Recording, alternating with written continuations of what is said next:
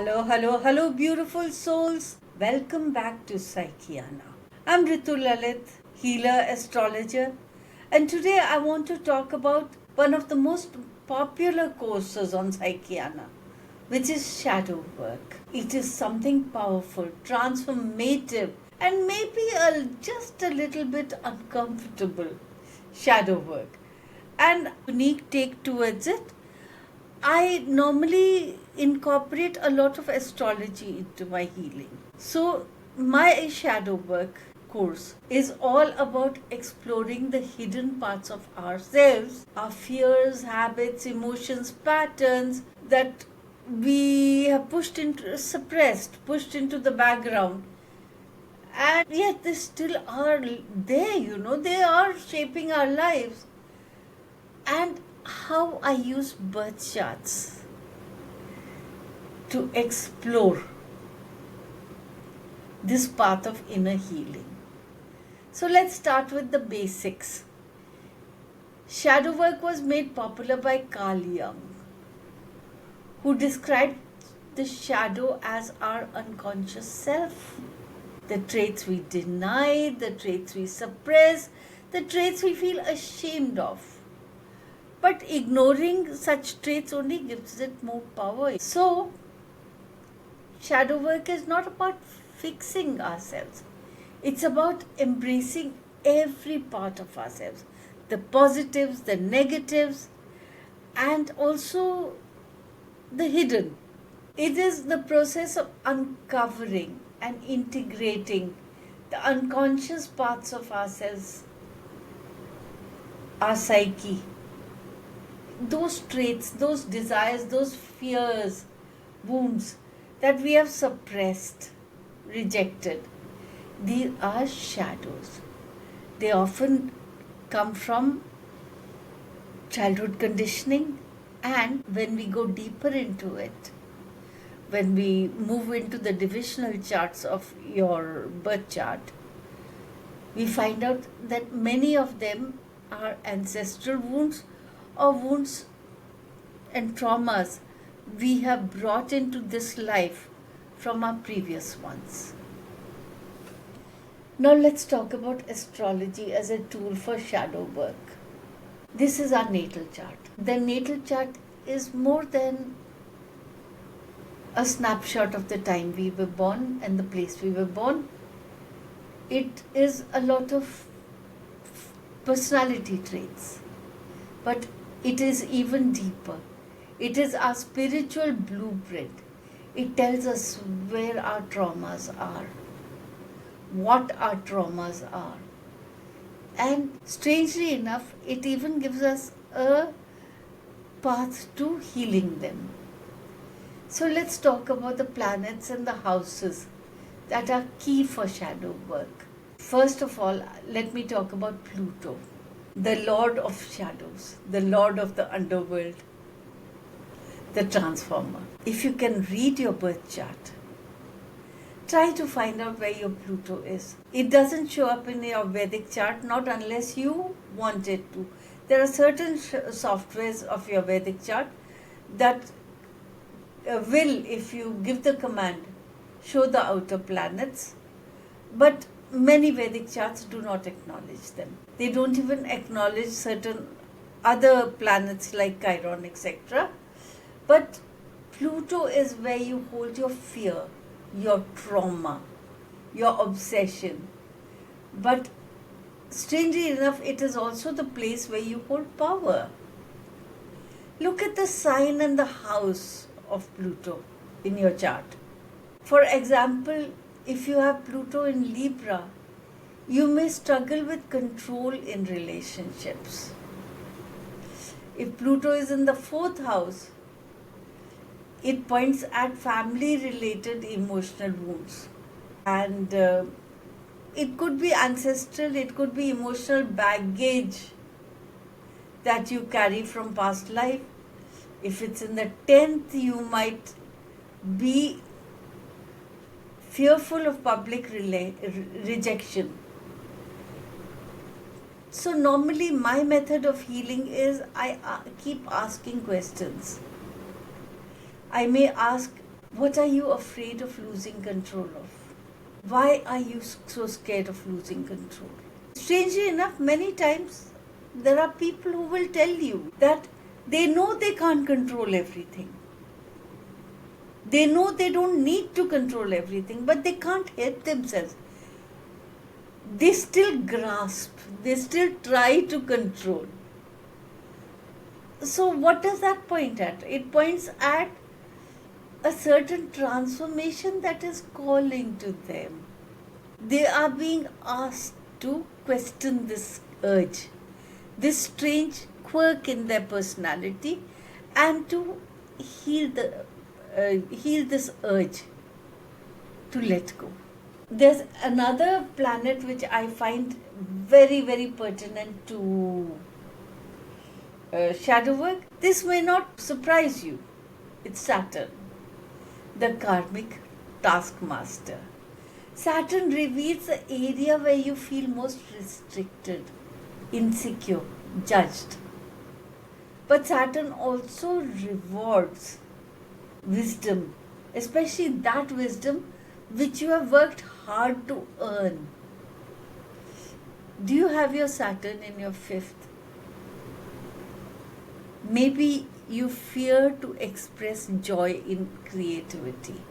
If it's in your 7th, you may struggle with boundaries in relationships. See, Saturn represents fear, guilt, limitation, karmic lessons. The house and the sign that Saturn is at shows the area where you feel this fear, this guilt, this limitation, this restrictiveness. And working through the challenges that Saturn brings into your birth chart leads to mastery, to complete healing, to maturity. 8th house is another house that I always look at in shadow work. 8th house is hidden secrets, sexuality, taboo, death, rebirth, shared resources. So, if you have a planet in your 8th house, or if you have a heavy planet aspecting your 8th house, it shows the trauma, it shows the shadow. What are you scared of? What makes you emotionally vulnerable? Are you having fear of betrayal? Do you have trust issues? All these are being pointed out in your 8th house. Normally, a lot can be revealed by asking yourself this question: what do I not want others to see in me? What am I afraid that others will unmask in my life or my personality? And there you get it, the shadow. Now let's talk about Chiron. Vedic charts do not consider Chiron, but in my experience, when I come to shadow work, I feel that Chiron is a very important part of shadow work. See, Chiron is called the wounded healer. Chiron surfaces in your chart to show unhealed wounds. These are deep wounds in your personality, but they will never get healed. What they do is they teach you empathy and they teach you skills to heal others. So normally what I like to ask is, how have your past wounds and past traumas shaped your life? What have they taught you? What have they taught you about how to treat others? Because the wounds that Chiron brings to your life are wounds that ultimately empower you, teach you empathy, and teach you how to treat others. They shape you in a way. Now then we have the 12th house.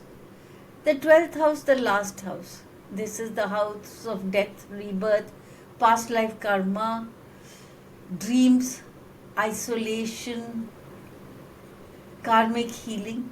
and often hidden enemies. Planets over here can feel overwhelming, can feel heavy, because they are pointing to secrets of your soul, the hidden strengths of your soul.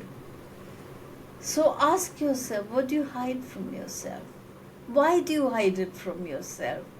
What would happen if you stop hiding these things? Okay, so you're lazy. Or you like to procrastinate, you like to postpone action. So what? Why do you want to hide it from other people? Why are you spending so much energy in concealing it? This is a part of you. It is a part of you maybe because in some life you were very impatient and it caused a lot of loss for you and for others. So you've learned to stall. You've learned that you cannot act before you have all the information lined up. It might be a good thing. So ask yourself, why do I hide? What would happen if I stop hiding? I cannot talk about shadow work without talking about Rahu and Ketu. The south node, Ketu, is the traits and patterns from past life. Often overused actually. And the north node. This is the traits that you need to develop to integrate into your life to help you grow. It is Rahu is your growth path, and Ketu is your karmic patterns from your past life. Wherever Ketu is at, it points to where you have to do ancestral work. Wherever Rahu is at, points to where your personality needs to grow, where you need to acquire skills. When you integrate the higher qualities of both the nodes, for example, if you have south node in Aries, you may have problems, issues with anger, with selfishness. Or if your north node Rahu is in Libra, this is asking you to learn compromise and harmony. The placement of the nodes is very important. You might have your south node in your 7th house, the house of partnership. This, my friend, is a clear pointer that you have chosen to live your life in isolation or in separateness from your partners. You need to get accustomed to building a relationship with yourself, not with others. So, whenever we are looking at birth charts, while dealing with shadow work, we ask ourselves deep questions. Questions about control. Where do I feel the need to control? Where do I feel that I'm being controlled? What is the basic issue underneath it all? What is the underlying fear? Or about perfection? What am I most afraid of failing at? Why can I not accept that I can also make mistakes? Why do I hold back? Is it fear of rejection? Or am I scared of being judged? These are questions that we need to ask ourselves so that we can heal the underlying wound. Shadow work isn't easy, but it's so worth it. Astrology, or Jyotisha as it's called in India, is the science of light. It shines a light not only on the snapshot of the place and the time we are born, but also on our personality. Even the parts that have been forgotten, buried, denied. When we reclaim those parts, we become whole, we heal. Would you like a personalized shadow work analysis based on your birth chart? I can give you prompts and themes tied to your Pluto, Saturn, Chiron, your nodes. Just share your birth details. Like I said earlier, shadow work isn't easy, but it's so worth it. If you like personalized shadow work reading, or if you want to go deeper into your Pluto, Chiron, 12th house energies, 8th house.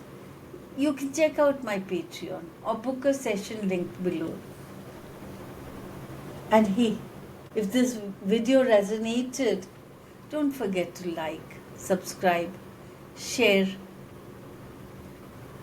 especially with someone who is looking for healing.